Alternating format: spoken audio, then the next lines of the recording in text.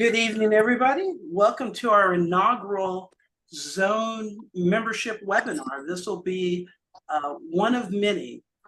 I am kicking this one off. It will be my last one because we have a webinar team led by ARC Lloyd Campbell. We also have ICA Mindy Snyder, ARC Farron Barr. All of a sudden I forgot your name, and ARC Laura Kahn. So they will be leading the show. But what I want to do, though, is a lot of people have no idea what Zone is. So I kind of have a brief little introduction of who we are, what we do, and how we help. And I'm trying to do that while letting everybody in at the same time. So real quick, I'm Alex Johnson. I'm the Rotary Coordinator. For those that wondered, this is our zone. This is actually it's our region, and we're made up of Zone 25B and Zone 29. 25B are 7 districts in Texas, and 29 are 16 districts in the Midwest, among other things. And so my team is made up of 19 amazing Rotarians, and these are some of their charts here. These are assistant Rotary coordinators. And as you can see, each one has a district name under them. So if you know what district you're in, that person, whoever it may be, they are your membership point of contact. And their goal is to help you in membership, whether you're in a club, whether you're in their district. That is what our team does. Now, I also have Innovative Club Advocates. This is this next chart. They are also assigned districts. So look for your district number there. And we have an Innovative Club Advocate assigned to all districts. And their goal is to help districts and clubs start new clubs, whether they're Rotaract, Rotary, or satellite clubs. And they work partnered with the assistant Rotary coordinators, the ARCs. And so we have a very talented, trained, experienced team of volunteers to help you grow and retain your members.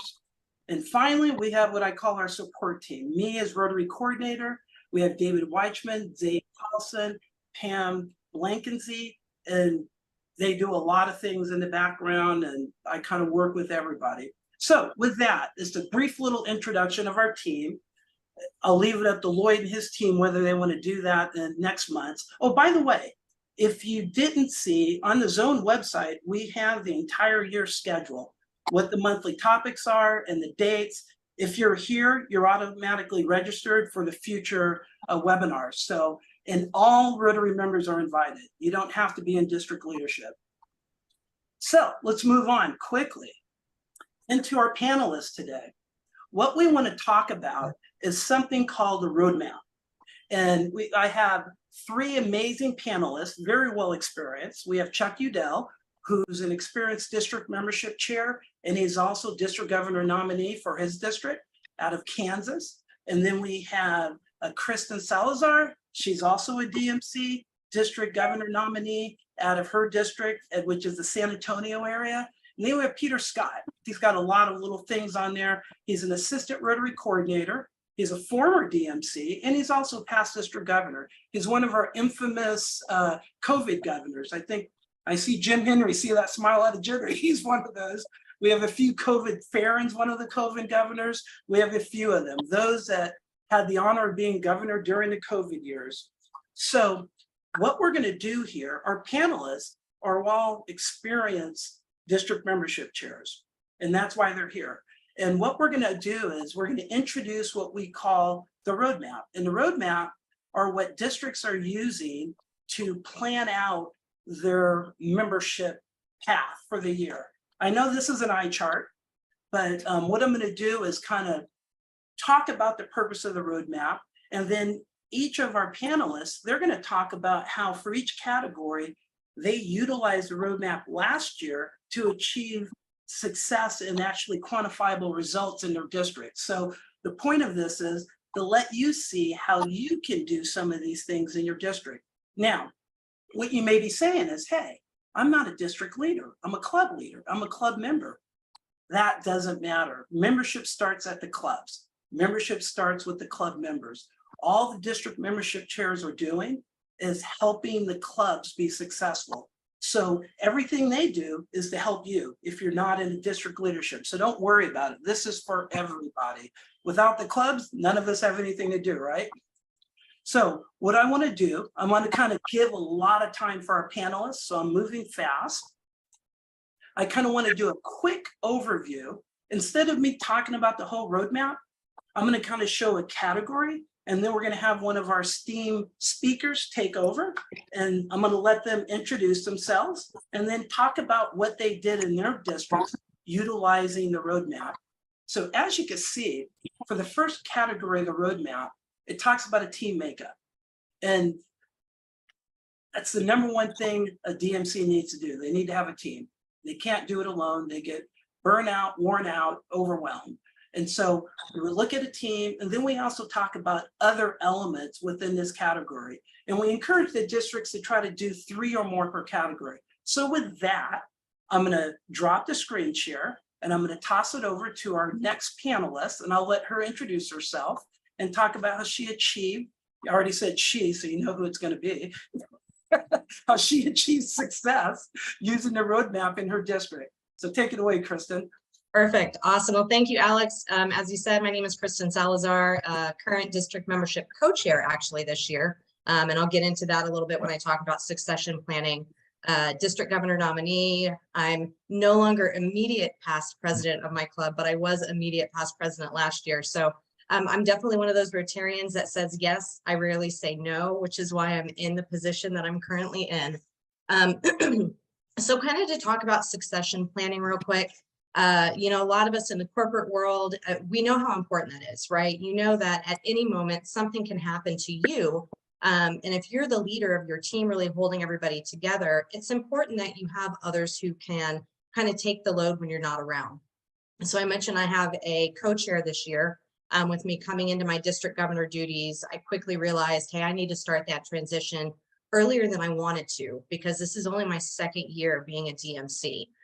So as soon as I got slated for district governor, right away, that's the first thing I thought about. Who can I bring in that I can start to mentor, bring them into the fold, so that way, as I have to drop out, they can pick up the torch a little bit more, and we have a seamless transition. And we ask that the rest of the members of the district membership committee plan that way. You know, serve a year where you're the one serving by yourself, bring in a co-chair the next year so you can start to mentor them. And then in your third year as the leader, you kind of start to fall back and let your co-chair take the forefront. That way you're there to kind of support them if they have any questions, but they can start to become acclimated in their position. So it's good not just at the district level, but this is good in your clubs as well. That way you have transition, and it gives an opportunity for other members in your club to take on those leadership roles. The other thing that I want to touch on, because it's a lesson learned for me, and I don't think I saw it on the roadmap this year, but Alex, cover your ears, because you told me something last year and I was kind of like, nah, I've got this, I can do this. And by the end of the year, I thought to myself, oh, Alex was right, I should have listened. So it was creating a position for someone in the district membership committee to manage your leads. So I came in last year. I'm a very organized person. I mean, you can ask Alex, I have a lot going on in my life and I figure out a way to make it all work. And so with leads, I figured, hey, I can do this. A lead comes in, I'm going to respond real quick, get them, you know, passed on to the right club. It's going to be great. No, the leads need a little bit more hand-holding. They need more follow-up. And this is where, you know, you've got people coming to you that are ready to join Rotary, and we need to make sure we have someone dedicated to following up with them. So when I created the team for a district membership committee this year, I made sure I had a subcommittee position for someone to just manage leads. And we're the first month in, and he's already got 2 leads he's got to work on. And I said, well, by the way, can you clean up everything else? Because we have over 200 leads in our system. And it's not just making that initial contact with the leads. You need to follow up with them, follow up with the club, you know, ask the clubs if they actually had the member join, so we can get all of that information matched up with Rotary International, and we can kind of take them out of our database. And he's also going to encourage other clubs to use the leads tool as their way to track people who are potentially coming into their clubs. Because remember, that's something that you can do with leads. You can put that data entry into there now. So with the team makeup section of the roadmap, those were my two biggest takeaways, not to diminish anything else that's in there, but having that succession planning, creating your team early, and having somebody focused on each area of membership is really going to empower you to be successful as a cohesive unit. You are awesome, Kristen. Great job. Thanks. She's awesome, even if she didn't do that talk. So we haven't done our strategy session yet, but that's the first part. So you've already nailed it. It's so awesome. Well, next, let me throw up this next category. That was just the first category of the roadmap. This next category, let me kind of run through it here, talks about training and communication, which is critical. And as you can see, there's 6 suggestions. And this is what the roadmap is. It's suggestions for a district to engage their clubs and basically doing what we need to do for Rotary. So as opposed to me like going through it, I'm going to have our next amazing panelist. He's actually going to be doing 2 in a row here. So I will let Chuck introduce himself. Did I kill the screen share already? Yeah. So You did. take it away, Chuck. Tell us who you are, what you do, and we'll go from there. All righty. Well, good afternoon, good evening, y'all. And, my background's very similar to Kristen, actually. And Kristen, I'm, of course, I'm not immediate past president, but 2 years past. And then I've also done a tour of duty as a assistant governor. And like Kristen, I've been honored by my district to be asked to be district governor nominee. So kind of like what you said about, and I can't emphasize what you said is so true about succession. And I am so happy that our vice chair, who Michelle Sink, is also with us this evening. So, we've been very fortunate. So that's something that I did as well. But more about the training and also communication. In my daytime job, what I did, I trained. So this is like music to my ear here. And one of the first things, and I'm going to just hit upon some of the highlights that we did in our district here. And for example, let me just grab a note here. I apologize here. This is what happens when I'm too organized. Okay. When it comes to training and communication, what we did first was work on our district website. If you go to Rotary District 5710 and hit on the membership tab, you'll see that we have a wealth of information there. And what we did was working with our district admin and a consultant, we were able to knock out quite a bit of outdated stuff and put in new stuff. The stuff is primarily, I would say 2/3 of it is things we took from Rotary, International, from the My Rotary membership page. And then the other third is things that our team came up with during the year rather. And that and I'll get into some of those, particularly when we talk about the next category. Another thing that's very important for us as a membership team, we saw that we needed to really be out there. We needed to be working with our clubs because, as Alex and Kristen said, that's the only reason we exist, is to help our clubs grow and thrive. And so therefore, thing we did was a quarterly membership conversation. And this quarterly membership conversation, as it said, we did 4 times a year. We invited our PEs, our current club presidents, and club membership chairs to attend, along with assistant governors too. And one conversation could focus on just clubs learning from each other. We did some breakout groups as far as throwing out some questions. What did you do about so-and-so? How did you handle so-and-so? If you had a new member that left, within the first year, what happened? How did you follow up with that? Things along those lines. We also had, I think all of you know Emily Tucker. She was kind enough to do a presentation for us at one of our quarterlies. And then we brought in some speakers from outside our zone and outside our district, which I happened to run into just by being there, I guess you run into a bunch of Rotarians. And one thing I find is you ask someone from another zone or another district, and they're there to help you out and do what you have to do.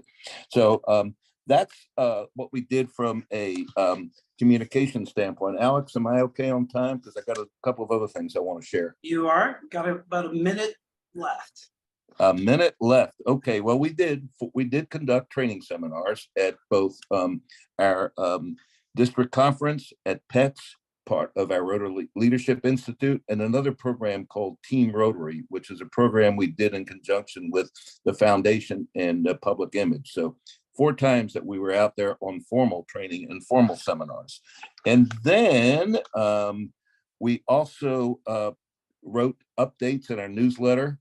Several, I would say at least there were 7 or 8 times a year, as well as quarterly, a more detailed report went out to district and club leadership on our membership status. And last but not least, spent a lot of time on the road, in which I'm one of these people that love visiting other Rotary clubs. And we got to visit 80% of our clubs this year. This coming year, we're going to try to do 100%. So anyway, that's what we got to share, Alex. You rock, Chuck. I gotta, first I want to say, Kristen rocks, talking about continuity in the committee chairs. I didn't make a point of saying everybody needs to do that. That's really important. Both of them talked about their co-chairs, very important. And then Chuck, him talking about these periodic meetings as district membership chair. A lot of times those are Zoom, so everybody could come in. But you also notice he talked about going to the clubs. That is one of the most important roles that a district membership chair can do. Now, not everybody has that time. That's why you have a committee. So it's not all you. And so, and that's kind of one of the things I want to point out. Those that are not in district leadership now, contact your DMC and ask them if they need help, because I guarantee you they will say yes. There's a lot of different roles that they have, formal roles, I think like 5 named positions, and some districts create more. So just because you're not in district leadership doesn't mean you're not wanted, because every district I know has vacancies and their membership committee needs help. Well, next, let's talk about category 3.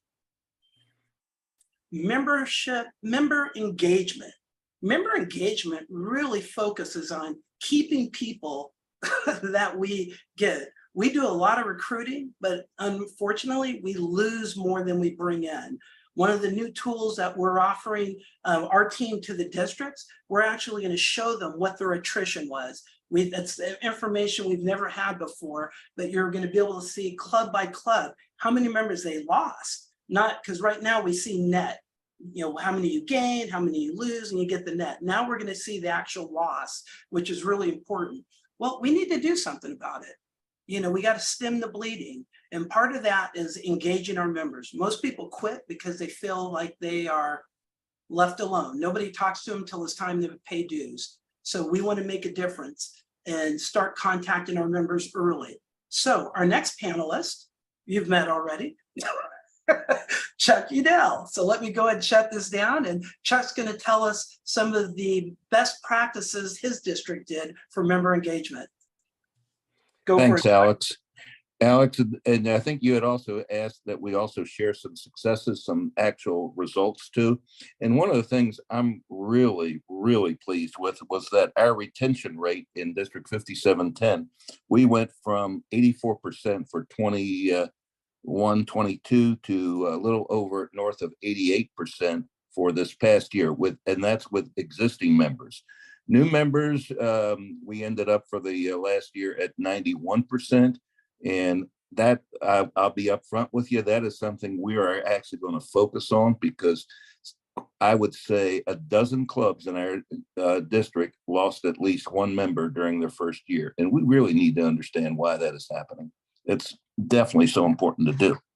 And 14 of our clubs, I may say, of 41 clubs, had 90% retention or better. So anyway, what did we do to kind of make that happen? Well, several things. We developed a mentor-mentee template that we took from several clubs in our district. Not only is there a space for the mentee to fill out and complete some of the things they did, like go to a club board meeting, serve as a greeter, and things along those lines. But also there is a checklist for the mentor to fill out too, because we want to make sure that mentor is qualified. And by the way, these things that I'm mentioning are on our district webpage under the membership tab, club resources. The second thing we did was we put together an orientation guide. And the orientation guide consists of 3 parts, namely, what about Rotary? What about our district? Those are the things that we did. And then the third piece of it is for the clubs. And we just gave them a couple of highlights, areas to address. And then the club puts in their own information because each of our 41 clubs are different. So those are 2 things that I think that are the reason I'm saying will be helping is because they came out later during the year that we did. We also were very fortunate in that we were able to cash in on the $500 reimbursement from Rotary International. And I got to thank my district governor, Jana Lee, for pushing us to do that. So that's, if y'all haven't did that, that's money there for asking. And the project we did was a new member welcome packet. And that welcome packet consists of about a half a dozen things. We did not present it to the new member when they joined, but what they did, we presented it to them 3 months after they joined. So on their 3rd month anniversary, it went to the club president.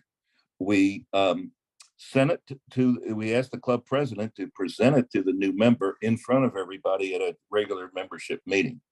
And this year, we're going to start encouraging our assistant governors to also attend during that time. So therefore, we want that new member to feel that we are so darn glad that you're here. And so that's another thing. And then we also asked our clubs to let us know the projects they're doing.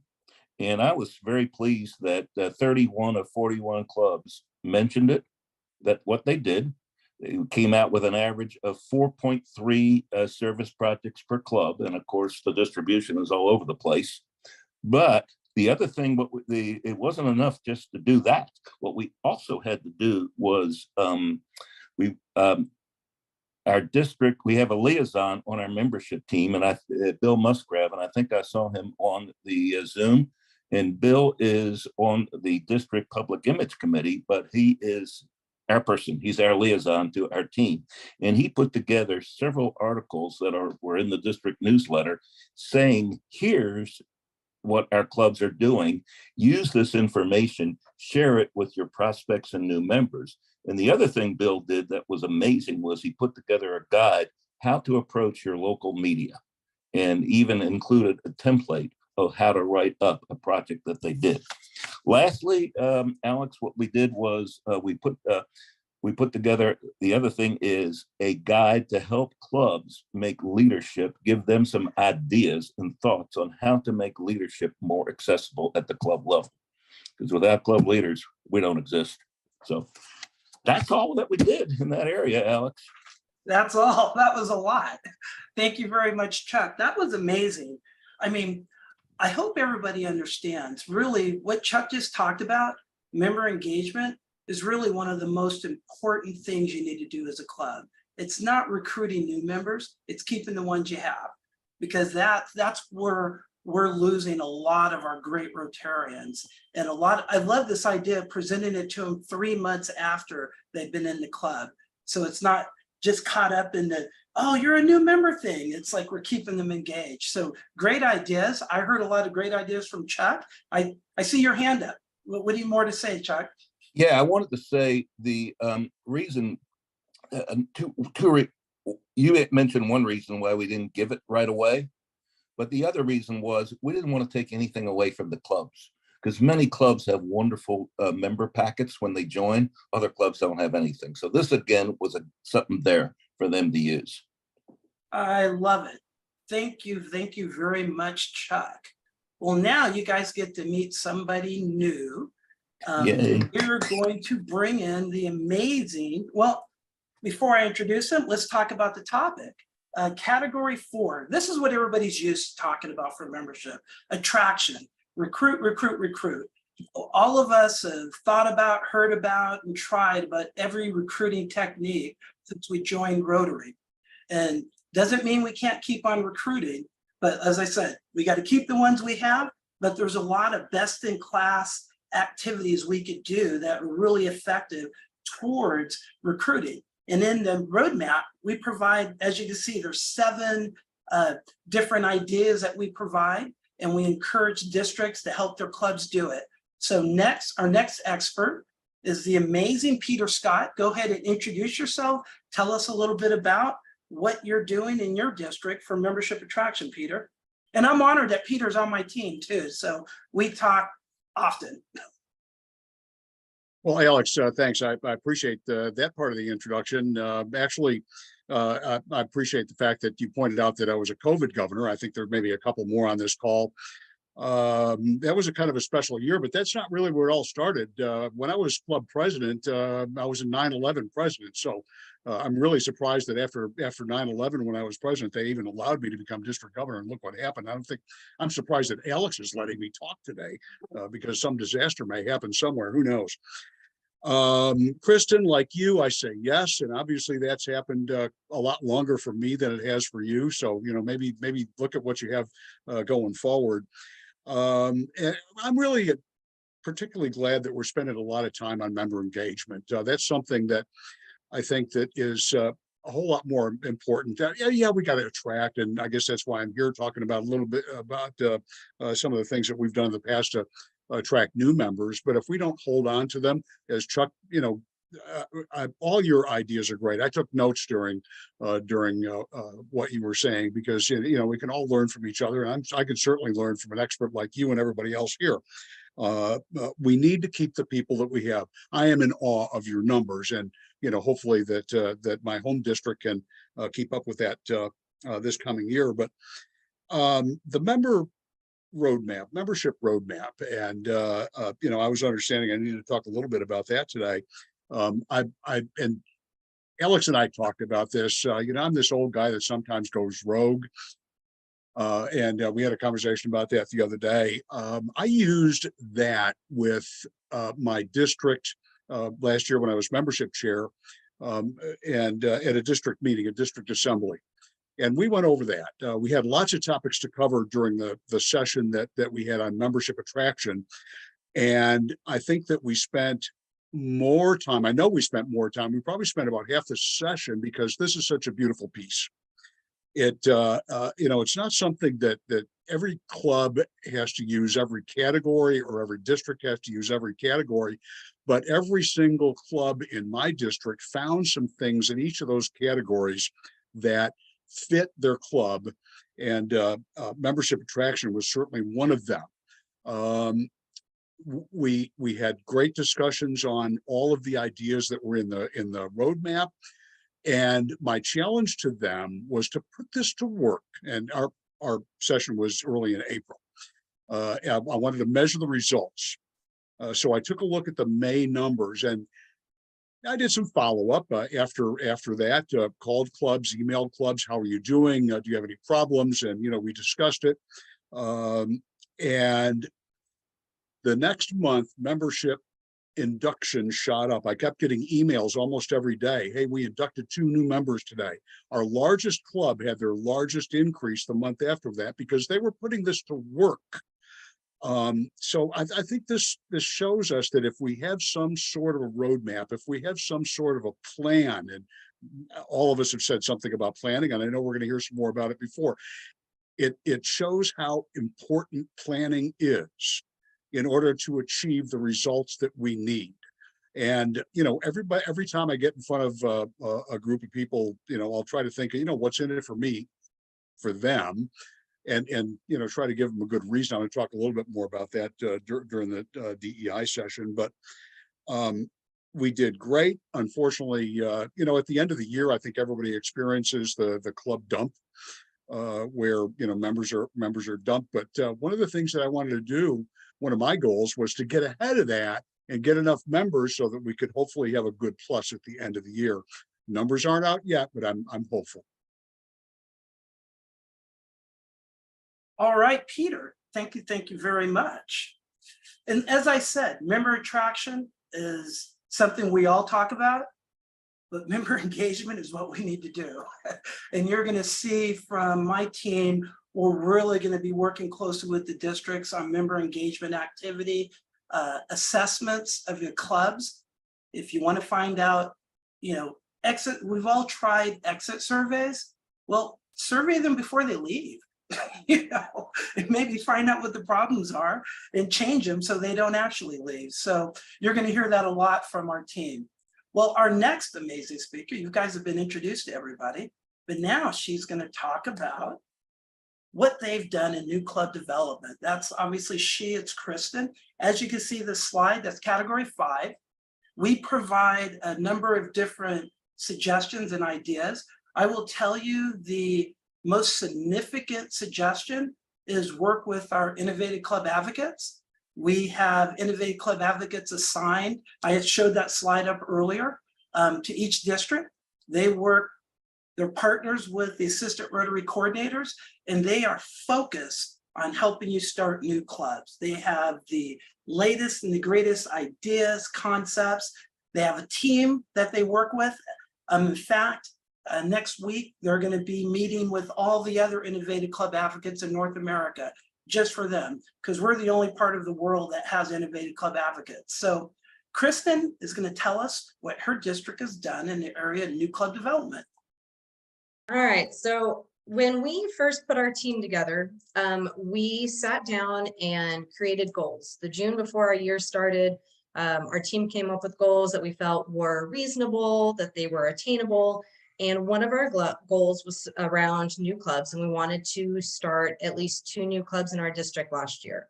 I am okay and confident enough in our team to be able to share with you guys that we only were able to get 1 club started, but that was still a huge accomplishment for us, right?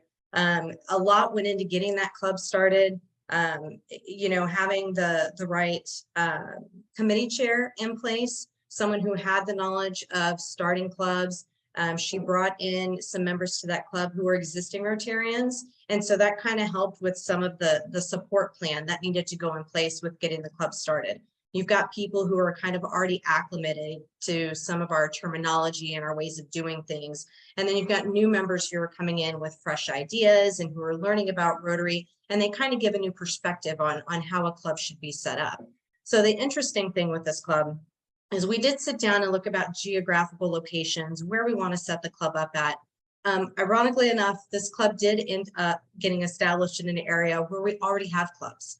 The difference with this club, though, is it's not like our traditional clubs. They're not on a formal schedule where they're meeting weekly, during lunch. This club is meeting in the evenings. This club is meeting in a bar. This club is having networking events around business and service to kind of attract more people. And so when this club started, you only need 20 members to start a club. They started with 23 and retained just about all of those members at the end of the year, even brought in another member at the end of the year. So the club has been successful. The other clubs in the area who were a little resistant to that club are now partnering with that club to hold events. The AG in that area, she's constantly visiting that club. I'm starting to think she might be a new member over there because she's over there so frequently. But the thing that really got this club going and helped them thrive and be successful was the plan, right? They needed someone, whether it was a sponsoring club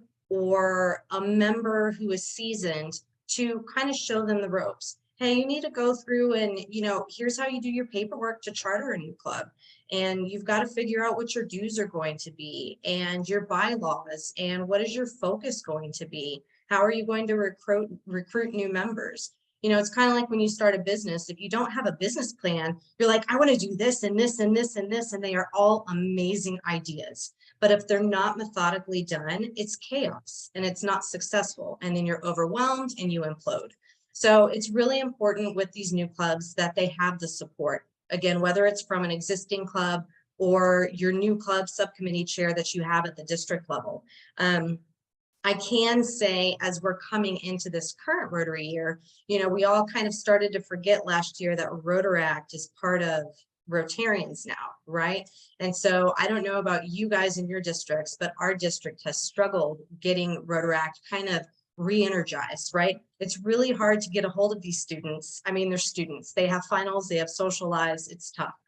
So just trying to get all of their information and get them re-engaged it's been tough for us. I'm really excited to say, I know our Rotaract subcommittee chair is on this call tonight. As we've come into the year, we have a Rotaract club that's already in the process of getting started. And this is an individual whose parent is a Rotarian. So she definitely has the right mentor. The parent Rotarian is going to help that club, you know, oversee them, show them the ropes and whatnot. And of course, they have our support too. But I'm excited to branch off and not just focused on Rotary clubs, but also Rotaract clubs or Interact or Early Act. And, you know, Alex, you talk about innovative new clubs. And one thing that I think came up at the international convention was this service companion club, or this club that's focused just on service. And I beg you, please let's share more information about that this year, because I think that's going to be the key to getting some of the younger generation or some of those who are retired and they just want to do service. They don't want to go to meetings. I think that's going to get those two populations re-engaged. So this is a club model that, you know, their primary thing is doing service. They're not coming together to have meetings. They're reporting their service hours and the club determines kind of how their attendance is counted. But this could be something to where it's a standalone club. You can set this up as a satellite club, so they're still part of your membership. We just need to get creative when we're setting up the new clubs. And I think that's the important thing for us to kind of remember going forward. So that's pretty much what I have with new clubs, because otherwise I'll keep going, Alex. Man, because Kristen knows she's just making me smile and happy. She's talking about subjects that I love. First, let me say Rotaract. We are our zone pair. We're going to be making a focus on Rotaract. We want to clean it up, organize it, have Rotaract with us. And so for the first time ever, we have a past district governor who is our Rotaract Assistant Rotary Coordinator, Laura Kahn, who is on this call. You saw I said Rotaract ARC Laura Kahn. Now the reason, one, she's amazing. Everybody who knows her knows she's amazing. But two, we've got a number of governors on here. She's going to be contacting you. So I'm kind of giving a little heads up here, asking for you to let her know who your Rotaract experts are. So that way the goal is to have a Rotaract representative on her Rotaract council for all 23 districts. So you'll be hearing from Laura soon. Think about it now. You can email it to me, or if you know Laura, email it to her. I think Dave Emmerich already knows Laura, so we'll assume he'll email her directly. But that's the Rotaract thing. I also want to talk about, Kristen, she knows I'm smiling, Service Companion Club. That is what is going to blow up our district. We have other zones that have been doing equivalent of it. And as she said, what they are satellite clubs that are focused on membership only. They have their own due structure. We recommend like $200 a year. They have their own meeting structure, meaning they meet at service projects, but they stay with the club. They're a companion. They don't split off. So an existing club can diversify and grow their membership by reaching out to people that the traditional Rotary Club may not be able to reach out to. So you're going to see that come from our assistant Rotary coordinators and our innovative club advocates. Contact your DMC for your district if you want to know more. But truly, this is just blew up membership for existing clubs all across the US. And we're just now doing it. So thank you for bringing that up, Kristen, because I love the Service Companion Club that we're going to be rolling out. Well, next, we're going to be talking about Category 6. This is DEI, Diversity, Equity, and Inclusion. And my partner in crime, partner in Rotary, assistant Rotary Coordinator, Peter Scott, is going to talk about it. But as you can see, these are some ideas that we're suggesting to districts to do from a DEI perspective. And once again, DEI, everything we're doing really starts with the club. District is there to help the clubs. And so those that aren't in district leadership, I'll repeat, this is for you. The district leaders, their job is to help you be successful. Us in zone, our job is to help the district and clubs be successful. We're just one big customer service organization. So I'm going to let Peter talk about what his district has done in the area of DEI. So take it away, Peter. Alex, thank you. And this is something that's near and dear to my heart. You know, it's also something that doesn't happen overnight. I knew that I would only serve 1 year as district membership chair before Alex taking a huge risk on me. During that time, or prior to that time, I had 2.5 years. I knew I was going to be district chair. So I decided that I'd take Chuck's advice and go out and visit all the clubs that I possibly could. I also included DEI in my speech, my membership speech, and I'm not sure if it was really part of membership then. It is now, and thankfully so, because when we're talking about growing our clubs or acquiring new members, I think that one of the more important things that we need to look at is, do we look like our community? Do we look like the community that we serve? Is our club makeup populated such as our community is? In the 2.5 years that I went out and made club visits, I learned a lot of things about each individual Rotary Club, and I'm pretty sure that this is probably going to be the same in every district. You know, there were some districts that supported DEI, and there were some districts that kind of listened politely, shall I say. So, you know, we had to think about how we were going to present it. And as I said before, what's in it for me, I think that's very important. You know, DEI is a way that we can grow our clubs going forward and better serve our communities. The clubs, we've had quite a few successes in our district over the course of the past year or so. A lot of the clubs have become a lot more diverse, not just racially, but you know, all types of, you know, age and youth and gender and so on and so forth. And really, if you think about it, I think that DEI started back in 1988 when Elizabeth Whitlock became our first woman member. I joined Rotary in 1982, so I actually got to see that happen, as maybe some others on this call. But really, to me, that, you know, we were talking about diversity back then. We became a lot more diverse.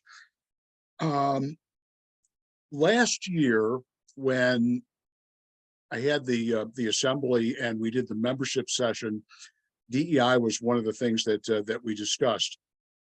And one of the largest clubs, or the largest club in our district, had a program the year before where it was partially a diversity initiative, but they developed an award that was given to diversity or minority-owned businesses, and all, you know, minority, it was broadly defined.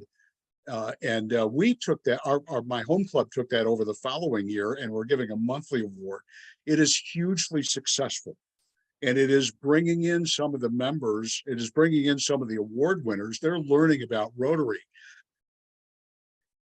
One of the things when I was district governor, membership was the primary focus on my speech. And there were a couple of things that I brought to everybody's attention that I thought made sense.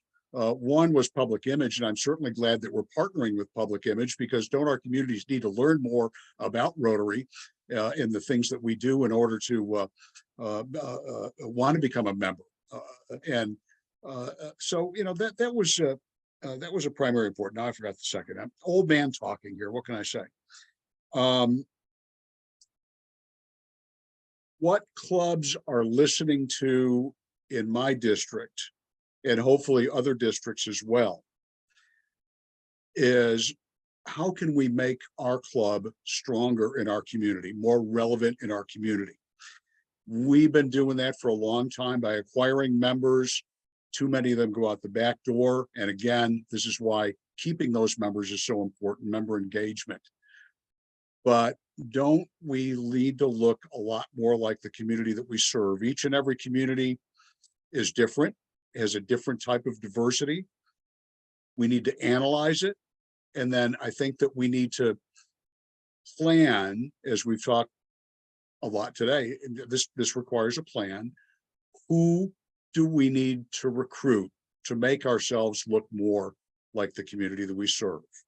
That was primarily what we pushed at this district assembly when we were talking about DEI, and it worked. The emails that I got increased diversity in new members, and most of those new members are being onboarded properly, and they're remaining. So let's just do it. Awesome. Thank you very much, Peter. A good way that I use to summarize DEI, we just want to look like our community. If your club already looks like your community, then don't worry about it. If you're 51% women, you've got a percentage of young people, ethnic diversity, religious diversity, then don't worry about DEI. But I know realistically your club doesn't look like that. So DEI is just opening up the target market for Rotarians to the rest of the community. And that's whatever you don't have. So what I want to do now, I'm actually going to be the one to talk about category 7, and it's other. And the first thing I want to show, there's a number of different general ideas in this category, but I actually want to focus on one in particular, because it's going to directly help everybody here, no matter where you're from. If you go to the zone website, there's a section here that says roadmap, scoreboard, and it will get populated as districts do things in the roadmap. But what I really want to pay attention you to look at right here, 2022-2023 district activities. Now, everybody that was in leadership last year, you guys let us know what your districts did in the area of membership. So what this provides is ideas for it's not showing. Let me go to my other document. Boom. When you click that link, you'll get this PDF. And it goes through and it talks about what all 23 districts did last year. Scroll down here, but this is where the magic comes.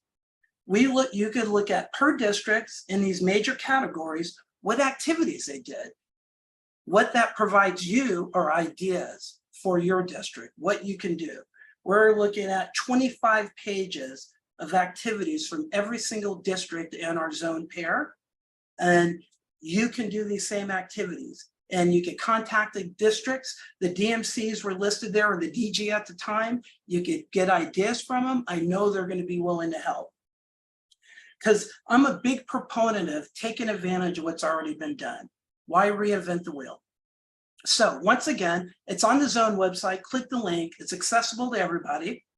As we go through this year, the assistant Rotary coordinators are going to be working closely with their district membership chairs. And then they're also going to be finding out what's happening. And we're going to be populating the zone website.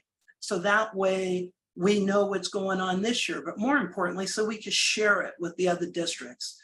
Because one of the advantages I have of working with all 23 districts, I see the amazing things that districts are doing, but the problem is nobody else sees them. And we don't need to reinvent the wheel. We can just do what already works. So go to that website, pull the information down. At this point, we are going to open it up to questions. We've got 40 people here. I'm sure at least one person has a question for our esteemed panel. So I am going to, you guys put up your little virtual hands and we'll call on you. And all right, Kent Greer, one of our amazing immediate past district governors. How are you enjoying your last 2 weeks of not having 100 emails a day? My financials are almost done, Alex, so check with me another 8 to 10 days, would you? We're doing well. We're doing well. The comment that was made in regards to actually looking at focusing on recognizing minority businesses in your community, even if you're well diversified within your club, and I don't mean to get into a dispute with Alex because I lose, period, hands down, Alex knows. But I thought that was wonderful because one of the things that I've noticed with most of our clubs, like 90% of them, is they really know how to recognize others when they see something that's happening that's really good. And they say the right things and they do the right things for that. If this is a minority business that's not engaged per se within Rotary, how much better is that to increase the engagement of that minority business and for us to all benefit within Rotary, within that business, within the community to be able to do that. So I was thinking that was a really, really, really good idea. And I'd like for Alex, second thing is to put the, if he can, in the chat room where the download would be for that scoreboard / the 25 pages to be able to look that up so that we can share that with our committee chairs. I'm sure it's not just specifically for membership itself, but other things get touched like public image and foundation work and service projects and engagement with members and so on. So if you could add that to the chat so I can know how to get there. Thank you, sir. We can do that.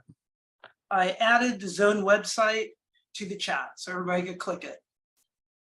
Any other questions? We've got 10 minutes. Seriously, nobody has questions. Do I need to pick on people? You know I will.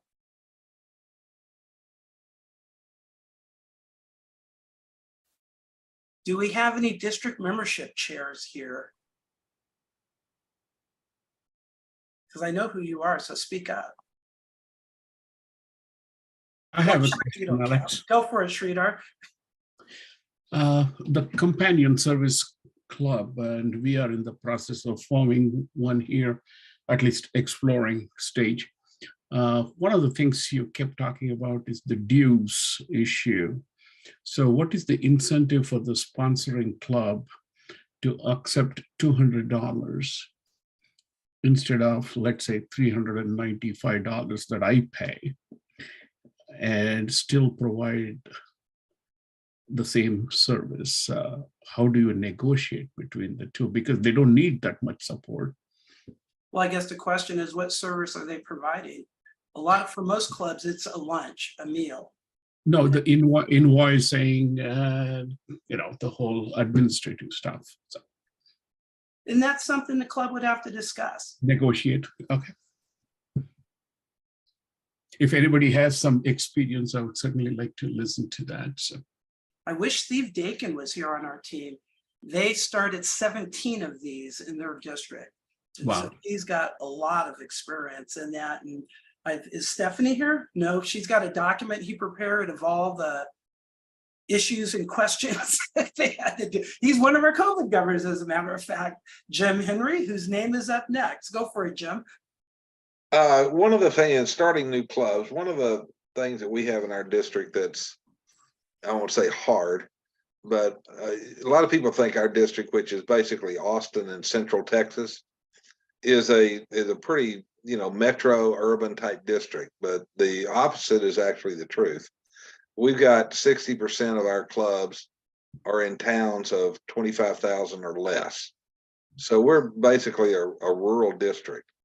And when you get outside of Austin proper, trying to start a new club is kind of hard because these individual clubs are in small towns and they've already got a club. So one of the things that we're looking at this year is, and this is with the support of our district governor, is looking more towards satellite clubs that, especially in these smaller rural communities, where some of the members may want to do something different, whether it's service-based, or they want to do something different, or they can go out and find some other people in the community that would be more amenable to a satellite type club. I know it's not, quote, a new club because it's still part of the mother club, but it's easier to start those because you only need 12 instead of 20. And what's hard to do is, if you're in a town of 25,000, you've got a Rotary club, it's going to be hard to start another Rotary club in that town with 20 new members. And then it's also hard to go, well, I've got a neighboring community 20 miles away that doesn't have one. Let's start one there. Well, the reason those kind of clubs fail is because nobody goes and takes care of them. They don't have a good support from their sponsoring club. We had that kind of happening right now. So anyway, our deal, if you're in a smaller area, is more to concentrate on satellite clubs than actually brand new Rotary clubs. Not that we won't do it, especially in the Austin metro area, but since we're 65% rural, it makes more sense for us to go that route. Now listen to what you think about that and how screwed up I am in that thinking. Dude, that's exactly what we're talking about. Service companion clubs are really just satellite clubs. I mean, 100%, and it grows your existing club. So, and that's part of the reason why we call it service companion club. A lot of times clubs are adverse to a satellite club because they're afraid of it splitting off and make them look bad. Nobody wants to be the president the year it splits off. You lost 30 members during your year. Well, on these service companion clubs, we're discouraging them from ever planning to spin off. It's a companion club. It's just a service component of it.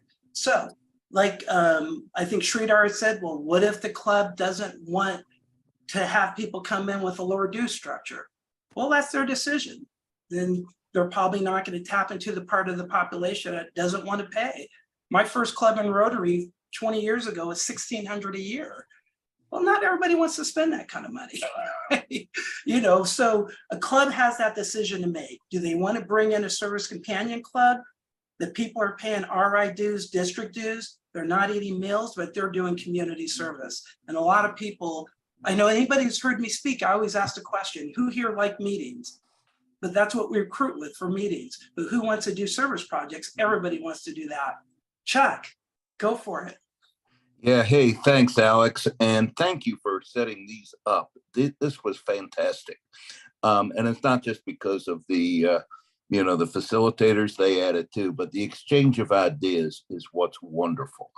And along those lines, I definitely would like to learn more about satellite clubs. I mean, not satellite clubs, about the Service Companion Club, because I do know, like even my own club, when I broached the topic of doing a satellite that would meet at 5:30 in a Leawood bar, oh, we can't do that. That would split the club at blah, blah, blah, blah, blah. So if the Service Companion Club is a little more amiable, I'm all for learning about it. So Alex, please point us in the right direction where that happens. And on the subject of satellite Real quick, clubs, her name is Stephanie Myers. I think you know her. oh my Lord, I think I know her. She's our assistant Rotary coordinator for new clubs. I know she and I have chatted, and we'll even bring you up to date a later date on a concept from South Africa called a VOCA club. So, but anyway, my other point that I want to make, I just want to endorse what Jim has said about satellite clubs, because, for example, one of our clubs, in fact, it is Stephanie's own club of Shawnee, 7:15 a.m. breakfast club.